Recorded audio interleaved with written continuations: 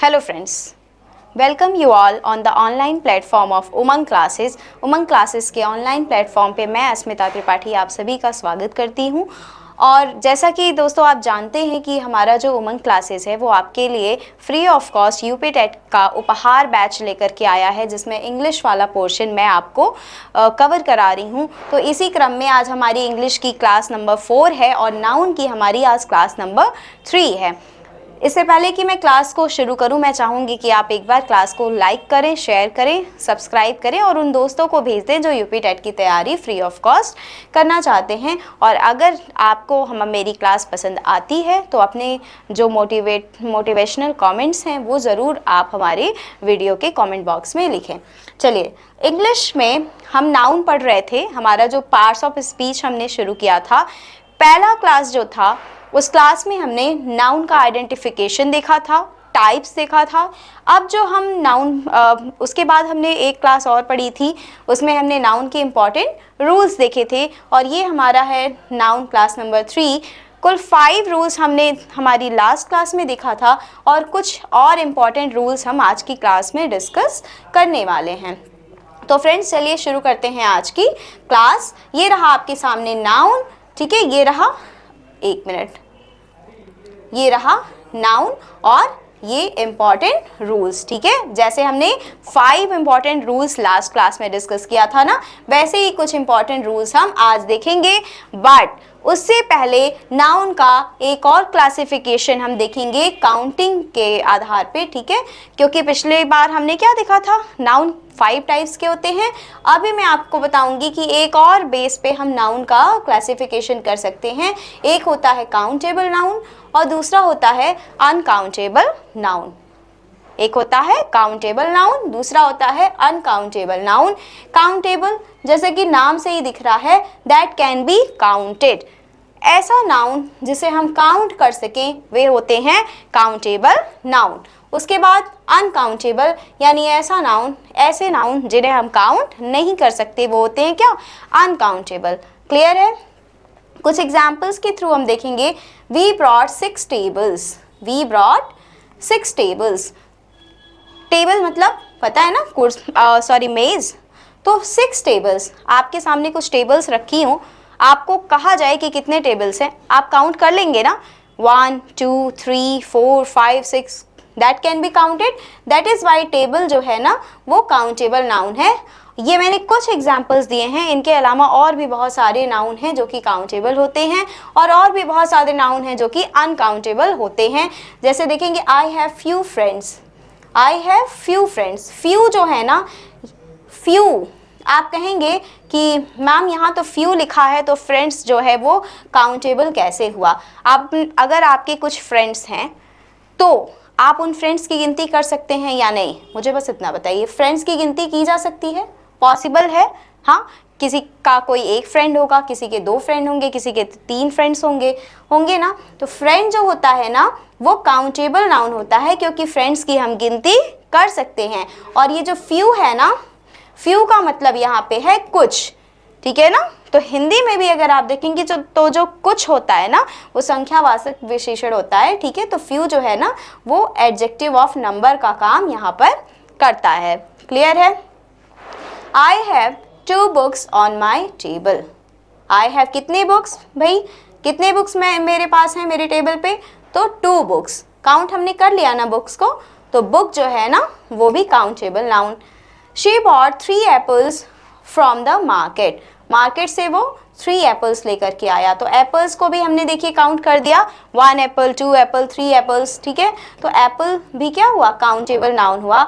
There is a pen in my bag. A pen, uh जो है ना article, ये नंबर को दर्शाता है 1, ठीक है। अ पेन का मतलब एक पेन है मेरे बैग में, यानी कि, और अगर एक से ज़्यादा होगा तो हम कह सकते हैं ना, I have 2 pens in my bag. So pen can be counted, that is why pen is also countable noun.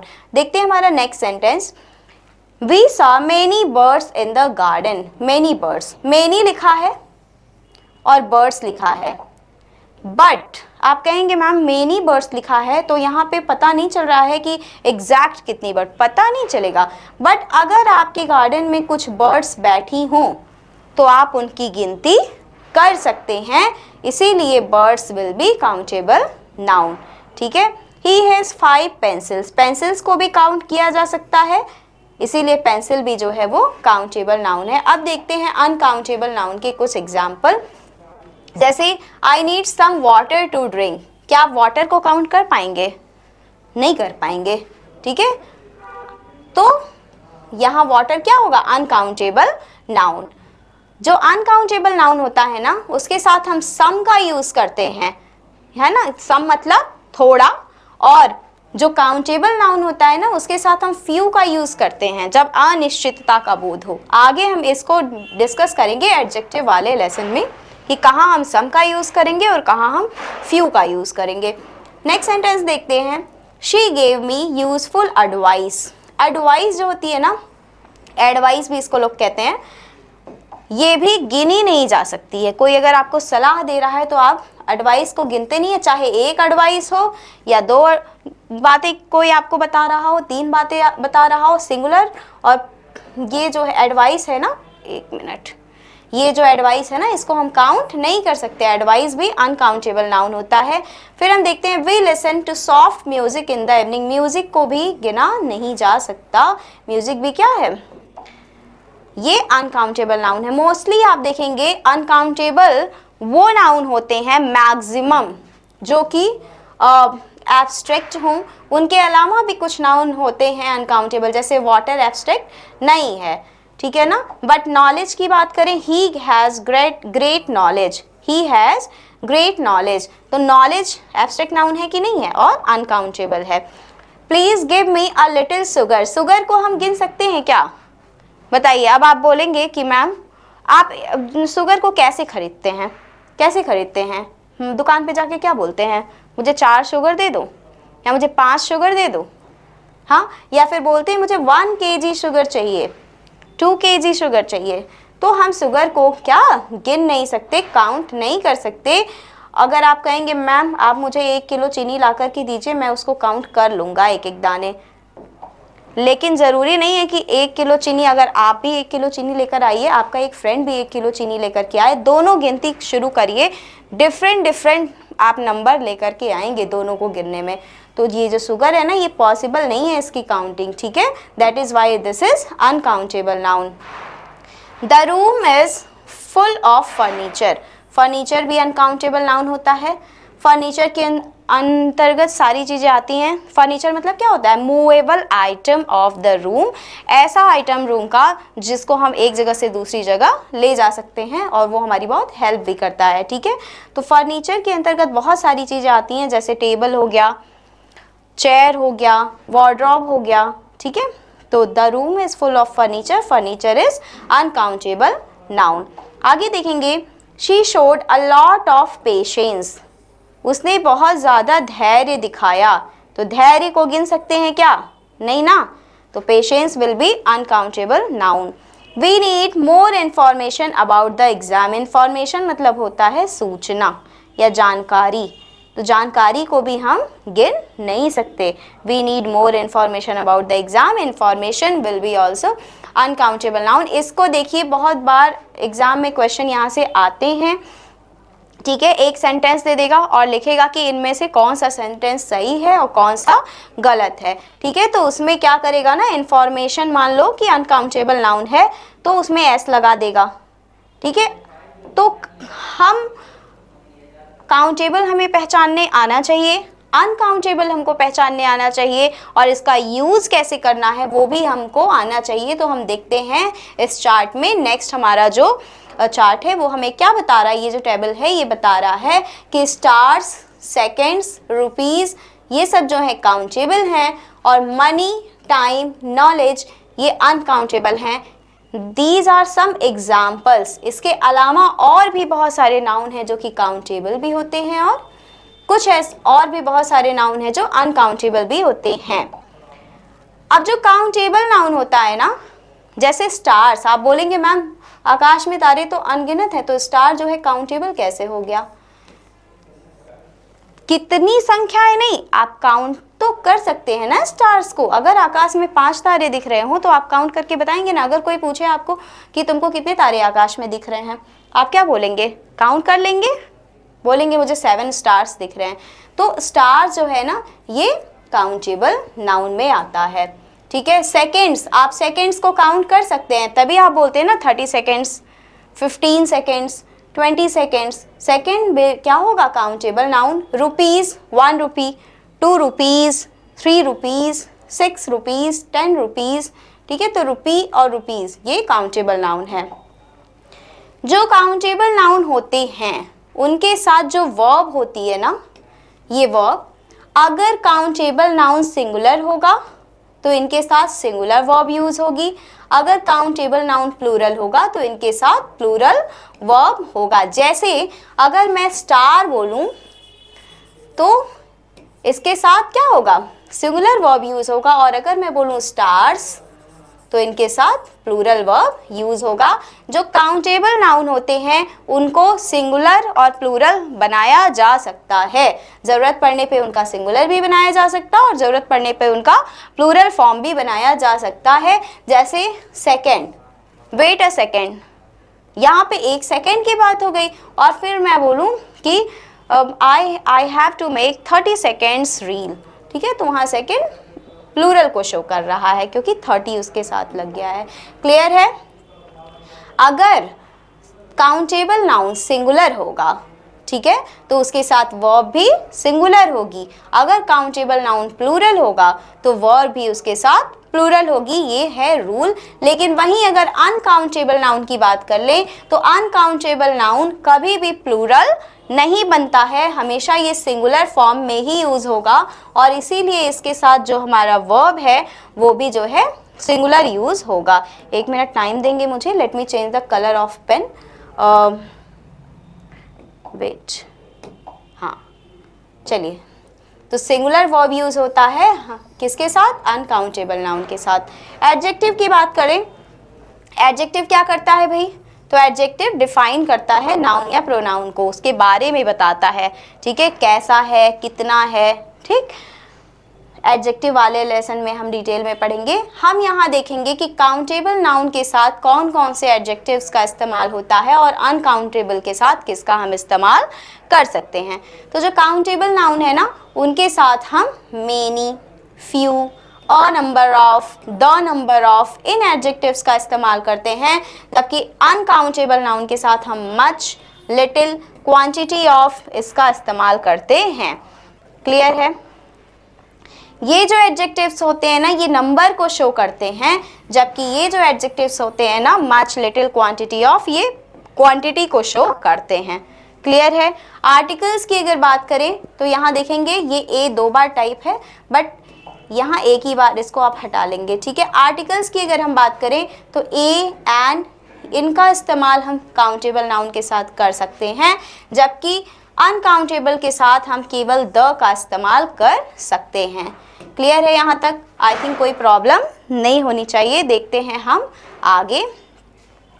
अभी हमने रूल्स आज कुछ नहीं पढ़े, हमने बस ये पढ़ा कि what is countable noun and what is uncountable noun, और कुछ फैक्ट्स हमने देखे कि काउंटेबल नाउन सिंगुलर भी हो सकता है और प्लूरल भी हो सकता है। अगर काउंटेबल नाउन सिंगुलर होगा तो उसके साथ वर्ब भी सिंगुलर आएगी, और अगर काउंटेबल नाउन प्लूरल होगा तो उसके साथ वर्ब भी प्लूरल आएगा। एडजेक्टिव हमने देखा कि कौन कौन सा काउंटेबल के साथ यूज हो सकता है और कौन कौन सा अनकाउंटेबल के साथ, ठीक है। अनकाउंटेबल हमेशा सिंगुलर रहेगा, वर्ब भी इसके साथ हमेशा सिंगुलर आएगी, इसके साथ एडजेक्टिव लगेगा मच, लिटिल, क्वांटिटी ऑफ। और फिर आर्टिकल्स हमने देखा कि ए और एन जो आर्टिकल्स हैं वो काउंटेबल के लिए होते हैं, जबकि अनकाउंटेबल में केवल द का इस्तेमाल किया जा सकता है। तो अब इसी से बेस हम देखेंगे हमारा आज का हमारा ये रूल नंबर 1 है, लेकिन इम्पॉर्टेंट रूल्स की सीरीज में ये हमारा रूल नंबर 6 है जो आज हम शुरू कर रहे हैं। रेडी हैं सभी लोग। अगर क्लास अच्छी लगी हो तो क्लास को लाइक, शेयर करें, सब्सक्राइब करें और फटाफट से एक अच्छा सा कमेंट भी क्लास में ज़रूर करें। चलिए rule number 6, ready. Rule number 6 क्या कह रहा है, some nouns are used only in the singular form, these are uncountable noun, a और an is not used before them।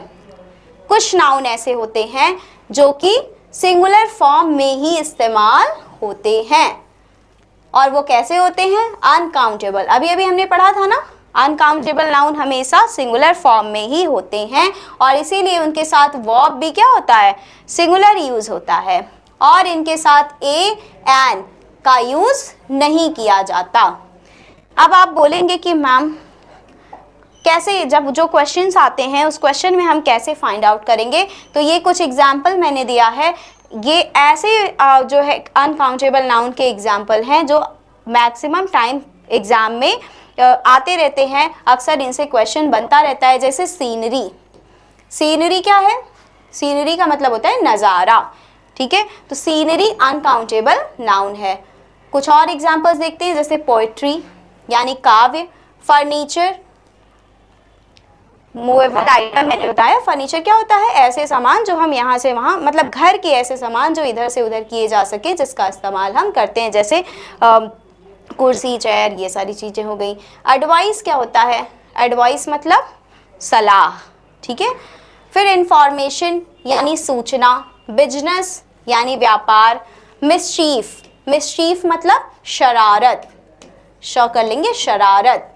Bread, bread वो खाने वाला, जो ब्रेड खाते हो ना, सैंडविच ब्रेड का बनाकर, वही ब्रेड है ये, ब्रेड। उसके बाद स्टेशनरी यानी स्टडी से रिलेटेड जो वस्तुएं हों, पेन, कॉपी स्टेशनरी में आते हैं। क्रॉकरी, कप, प्लेट इत्यादि। लगेज, बैगेज, देखिए लगेज एंड बैगेज ये दोनों का मीनिंग सेम होता है, सामान, ठीक है? बट एक ब्रिटिश इंग्लिश का वर्ड है और एक अमेरिकन इंग्लिश का वर्ड है। आगे देखेंगे पोस्टेज यानी कि डाक शुल्क, नॉलेज ज्ञान, वेस्टेज यानी व्यर्थ सामान, व्यर्थ चीज़ें, और ज्वेलरी आभूषण, ब्रेकेज टूटी फूटी चीज़ें, इक्विपमेंट यानी कि यंत्र, वर्क यानी काम। और यहाँ देखें ये जो वर्क है ना, WORK, ये रूल क्या कह रहा है कि ये जितने भी वर्ड्स लिखे हुए हैं इनका कभी भी प्लूरल नहीं बनाया जा सकता। ये सारे के सारे वर्ड हमेशा सिंगुलर फॉर्म में यूज होंगे और अगर कोई वर्ड सिंगुलर फॉर्म में यूज होगा दैट मीन्स कि उनके साथ वर्ब भी क्या होगा? सिंगुलर होगा। तो आप मुझसे एक सवाल करेंगे कि मैम वर्क और वर्क्स दोनों हमने देखा है, हमने तो दोनों देखा है, तो आप कह रही हैं कि वर्क जो है WORK ये एक अनकाउंटेबल नाउन है, इसका हम प्लूरल नहीं बना सकते। तो वर्क्स क्या है? वर्क्स जो होता है ना, ये वर्क का प्लूरल नहीं होता है। इस WORK में अगर हम S लगाते हैं तो इस वर्क्स का मतलब होता है, जो लोग लिटरेचर में रचनाएं लिखते हैं ना, उनके रचनाओं को हम कहते हैं, साहित्यिक लेख को हम कहते हैं वर्क्स। इसका डिफरेंट मीनिंग आता है, ये वर्क का प्लूरल नहीं है। वर्क जो है वो अनकाउंटेबल नाउन है, इसका कभी प्लूरल बनाया नहीं जा सकता। एविडेंस यानी कि साक्ष्य, सबूत। वर्ड, वर्ड आप बोलेंगे कि मैम वर्ड का भी हमने देखा है, आप बोल रही हैं वर्ड जो है वो अनकाउंटेबल नाउन है, लेकिन हमने वर्ड का वर्ड्स देखा है, जरूर देखा होगा। देखो वर्ड जो है ना, इसके दो मीनिंग हैं। एक वर्ड, इसका मीनिंग हुआ शब्द। जब शब्द आएगा, अगर सेंटेंस में शब्द के बिहाफ पे वर्ड यूज हुआ होगा तो वहां पे वो काउंटेबल नाउन होगा, क्योंकि हम शब्दों को गिन सकते हैं।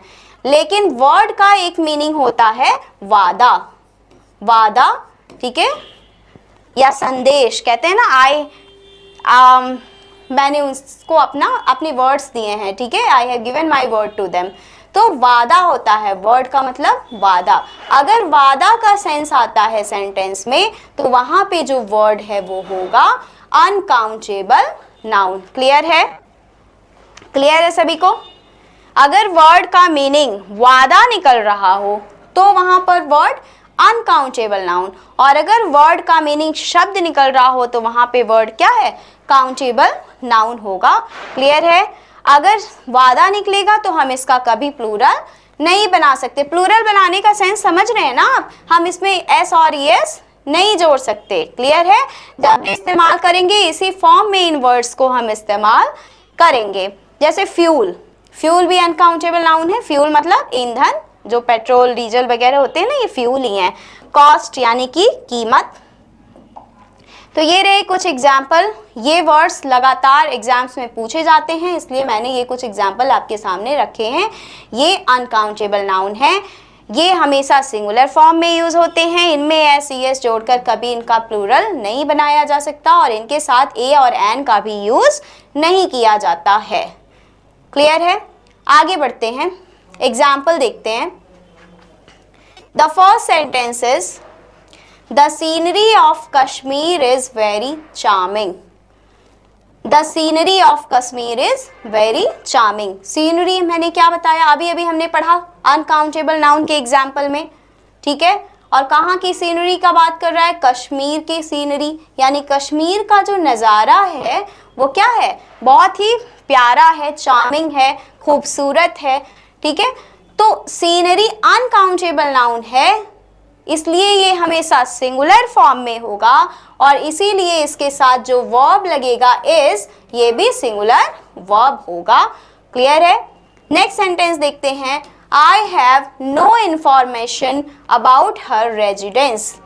वो कहाँ रहता है उसके बारे में मुझे कोई इंफॉर्मेशन नहीं है। I have no information about her residence, वो कहाँ रहती है इसके बारे में मुझे कुछ पता नहीं है। यहाँ देखिए इंफॉर्मेशन उसी फॉर्म में यूज हुआ ना, कोई इसमें चेंज नहीं किया गया। क्लियर है? ये हमेशा बनाया जा सकता। The mischief committed by him is unpardonable.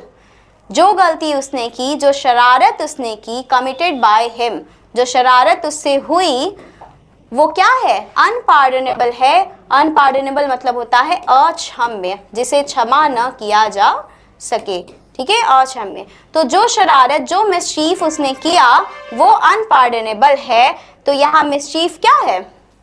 ये मिसचीफ क्या है? ये है अनकाउंटेबल। इसीलिए इसके साथ इस वर्ब का हमने इस्तेमाल किया जो कि एक सिंगुलर वर्ब है। His here is black. Next sentence देखेंगे, हिज हेयर इज ब्लैक। जो हेयर होता है ना, एक बात बताओ, जब भी हम हेयर की बात करें, हमारे अपने बालों के बारे में अगर हम बात करते हैं तो हम क्या बोलते हैं? यार मेरे बाल बहुत झड़ रहे हैं, बोलते हैं ना, यार मेरे बाल ना बहुत ज़्यादा झड़ रहे हैं, या क्या बोलते हैं? उसके बाल बहुत लंबे हैं, या हम कभी कहते हैं उसके बालें बहुत लंबे हैं, नहीं कहते हैं ना। उसी तरह हेयर की जब बात होती है ना तो ये संपूर्ण बाल की बात होती है, ठीक है। कहीं कहीं हेयर आप देखेंगे HAIR, ये जो हेयर है यानी इसका मतलब बाल, कहीं कहीं आपको इसका प्लूरल देखने को मिलेगा HAIRS, लेकिन ये केवल कुछ सेंस में होता है। जैसे अगर आप खाना खा रहे हैं, आपके खाने में कुछ बाल दिख गए, तब आप वहाँ उसको काउंट कर सकते हैं कि नहीं? वहाँ अगर स्ट्रैंड्स जो होते हैं, रेशे जो होते हैं बाल के, वो अगर आप काउंट कर ले रहे हैं, 2 या 4 रेशे ही बस वहाँ पर उपलब्ध हैं, तो वहाँ पे हम कहेंगे आई सॉ 2 hairs इन माई सूप। मान लीजिए आप सूप पी रहे हैं, आपकी सूप में 2-3 जो है, मान लीजिए 3 आपने देख लिया स्ट्रैंड्स ऑफ हेयर, हेयर के 3 रेशे, स्ट्रैंड मतलब रेशे, 3 रेशे आपने देख लिए। वहाँ आप कह सकते हैं कि I have 2 hairs in my soup, या आई सॉ 3 hairs। वहाँ पे हेयर का हेयर्स बना सकते हैं, वहाँ पर ये काउंटेबल हो जाएगा।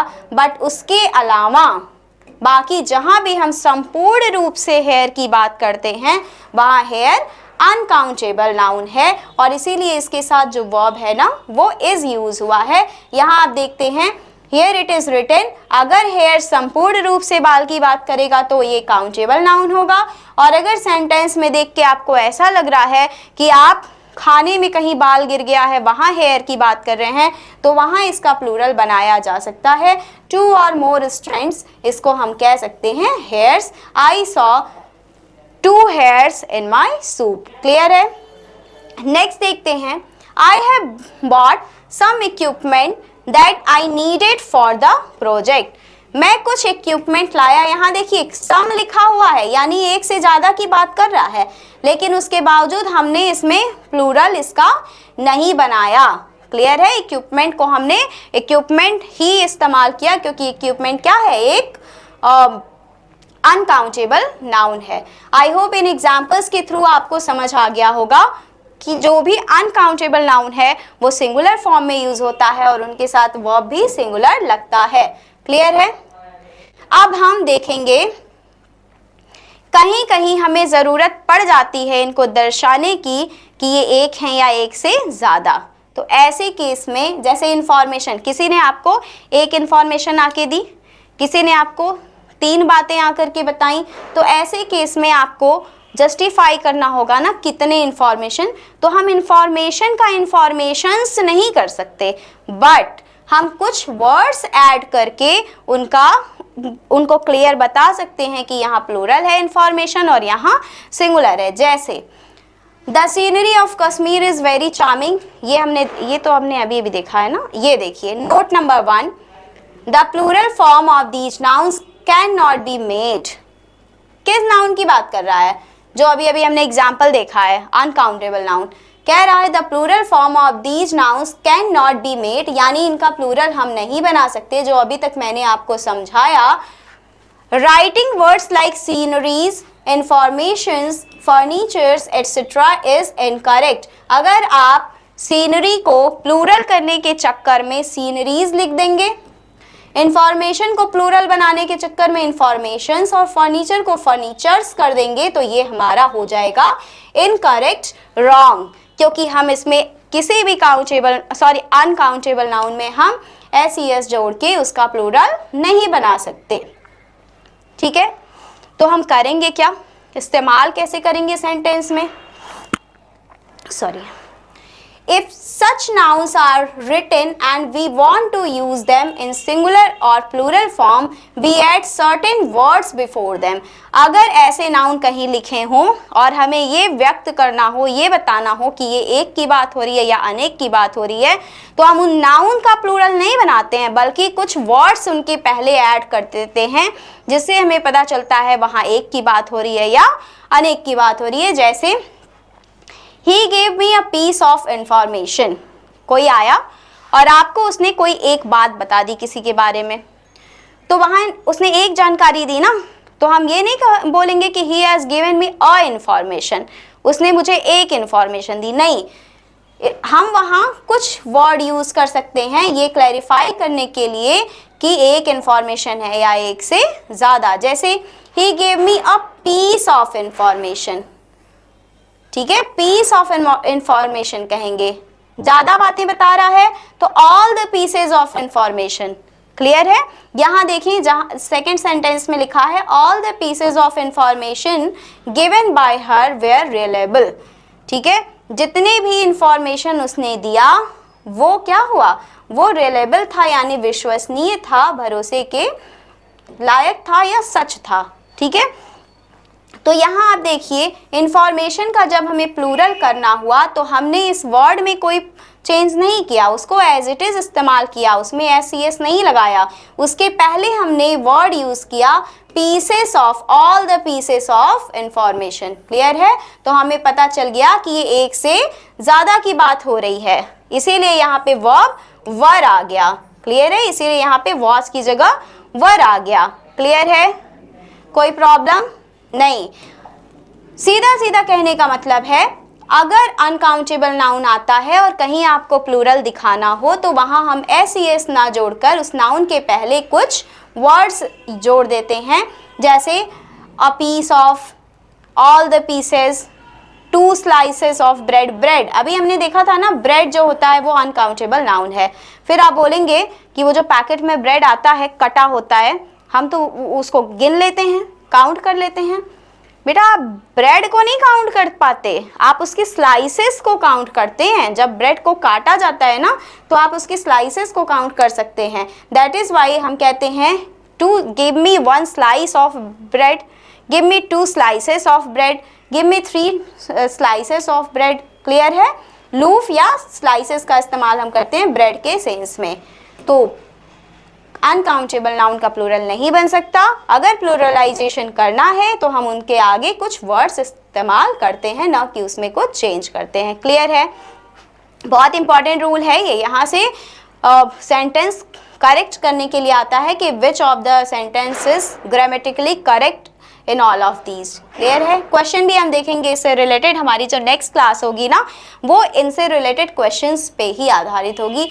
देखते हैं हमारा आज का रूल नंबर 7 जो कहता है some nouns remain the same in both singular and plural form. बहुत ईजी है, कुछ नाउन ऐसे होते हैं जो सिंगुलर और प्लूरल दोनों फॉर्म में सेम रहते हैं, जैसे डियर, ठीक है, sheep, series, species, fish, aircraft, council, vacation etcetera. Example देखेंगे। ये सिंगुलर और प्लूरल दोनों में एक रहने का मतलब क्या है, पहले मुझे ये बताएंगे क्या है मतलब सिंगुलर और प्लूरल में। मतलब ये है, अगर मैं बोलूं 1 डियर तब भी हम डियर को डियर ही बोलेंगे, अगर मैं बोलूंगी 2 तब भी डियर डियर ही रहेगा, 3 बोलेंगे तब भी डियर डियर ही होगा, डियर्स नहीं होगा। क्लियर है? जैसे 1 डियर इज रनिंग, एक डियर क्या कर रहा है, दौड़ रहा है।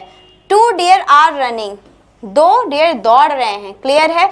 यहाँ देखिए 1 है सिंगुलर है तब हमने इज लगाया, 2 है हमने आर लगाया, लेकिन डियर में कोई चेंजेस नहीं हुए।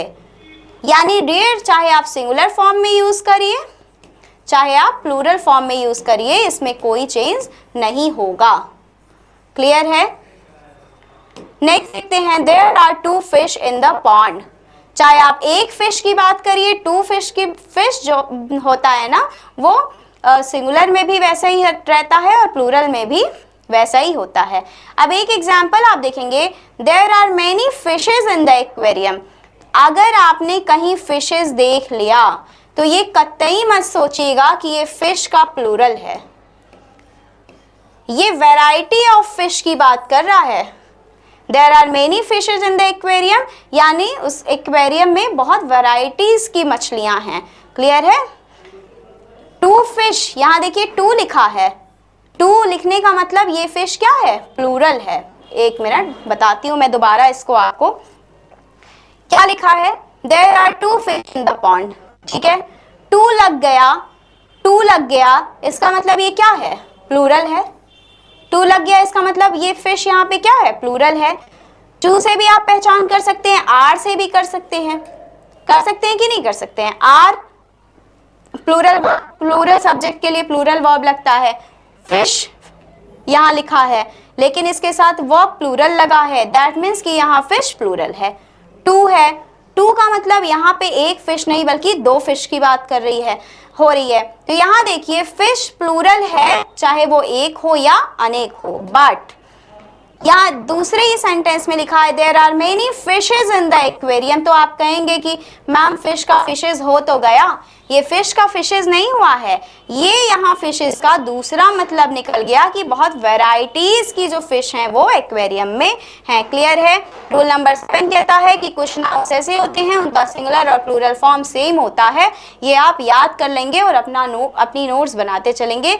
नेक्स्ट हम देखते हैं आज का लास्ट रूल है ये rule number 8। If a noun functions as an adjective, अगर कोई नाउन एडजेक्टिव की तरह यूज हो रहा है, एडजेक्टिव का काम कर रहा है, it remains in the singular form, वो सिंगुलर फॉर्म में होगा। जैसे एडजेक्टिव की तरह इस्तेमाल करने का मतलब, एडजेक्टिव क्या करता है, नाउन और प्रोनाउन की विशेषता बताता है, हाँ डिफाइन करता है उनको, नाउन और प्रोनाउन को करता है कि नहीं करता है। एक जो हमने इंट्रोडक्शन बेसिक इंट्रोडक्शन वाली क्लास ली थी उसमें ये मैंने बताया था, एक स्मॉल मैंने दिया था ना इंट्रोडक्शन, उसमें मैंने बताया था कि जो एडजेक्टिव होता है वो नाउन और प्रोनाउन की विशेषता बताता है, उनको डिफाइन करता है, क्वालिफाई करता है। ठीक, अगर कोई नाउन एडजेक्टिव की तरह इस्तेमाल होने लगा तो वो हमेशा सिंगुलर होगा। अब कैसे? मान लीजिए यहाँ मैंने लिखा स्टैंड, यहाँ एक वर्ड मैं लिख रही हूँ स्टैंड। स्टैंड क्या है? एक स्टैंड जिस पे सामान रखा जाता है ना, रेक, स्टैंड। अब ये स्टैंड क्लियर हो रहा है किस चीज का स्टैंड है? नहीं, लेकिन अगर मैं यहाँ वो लिख दूं पेन स्टैंड, इसका मतलब किसके स्टैंड की बात हो रही है? पेन के स्टैंड की, यानी स्टैंड को क्वालिफाई कर रहा है पेन। क्लियर है? अगर ये पेन स्टैंड को क्वालिफाई कर रहा है, यानी ये क्या, ये इसके बारे में बता रहा है, यानी ये क्या है? एडजेक्टिव है। एडजेक्टिव का काम कर रहा है कि नहीं कर रहा है? लेकिन पेन वास्तव में क्या होता है? नाउन होता है। नाउन होता है कि नहीं होता है? यही चीज मैं आपको समझा रही हूं कि अगर कोई नाउन एडजेक्टिव का काम कर दे तो वो हमेशा सिंगुलर होगा। जैसे यहाँ कुछ एग्जाम्पल हम देखेंगे। She bought a shoe rack. Rack किसी भी चीज का हो सकता है ना। अगर केवल रैक, सपोज दैट शू नहीं लिखा है, रैक लिखा हुआ है, ठीक है, तो बहुत सारे रैक की बात हो गया। लेकिन अगर इसके आगे शू लग गया, यानी शू बता रहा है कि ये किसका रैक है? शू का रैक है। शूज रखे जाते हैं, ठीक है। तो ये शू जो होगा ना, नाउन है। शू एक नाउन है कि नहीं? जूता को इंग्लिश में शू बोलते हैं ना, ये नाउन है। बट यहाँ पे ये एडजेक्टिव का काम कर रहा है, ये रैक को डिफाइन कर रहा है कि कैसा रैक? शू का रैक, ठीक है। तो ये जो शू है ये नाउन है, but it is acting like adjective here, that is why the shoe will be singular. Rule कह रहा है अगर कोई नाउन एडजेक्टिव का काम करे तो वो क्या होगा? सिंगुलर फॉर्म में ही इस्तेमाल होगा। यहाँ हम शूज रैक नहीं कहेंगे, not shoes rack. Shoes rack हम नहीं कहेंगे, क्यों? क्योंकि रैक को डिफाइन कर रहा है शू, और वो एक नाउन है, और जब कोई नाउन एडजेक्टिव का काम करता है तो वो हमेशा सिंगुलर रहता है। क्लियर है? नेक्स्ट सेंटेंस में यही चीज हम समझेंगे। He is in the car park. He is in the car park. वो कहाँ है? कार पार्क में है।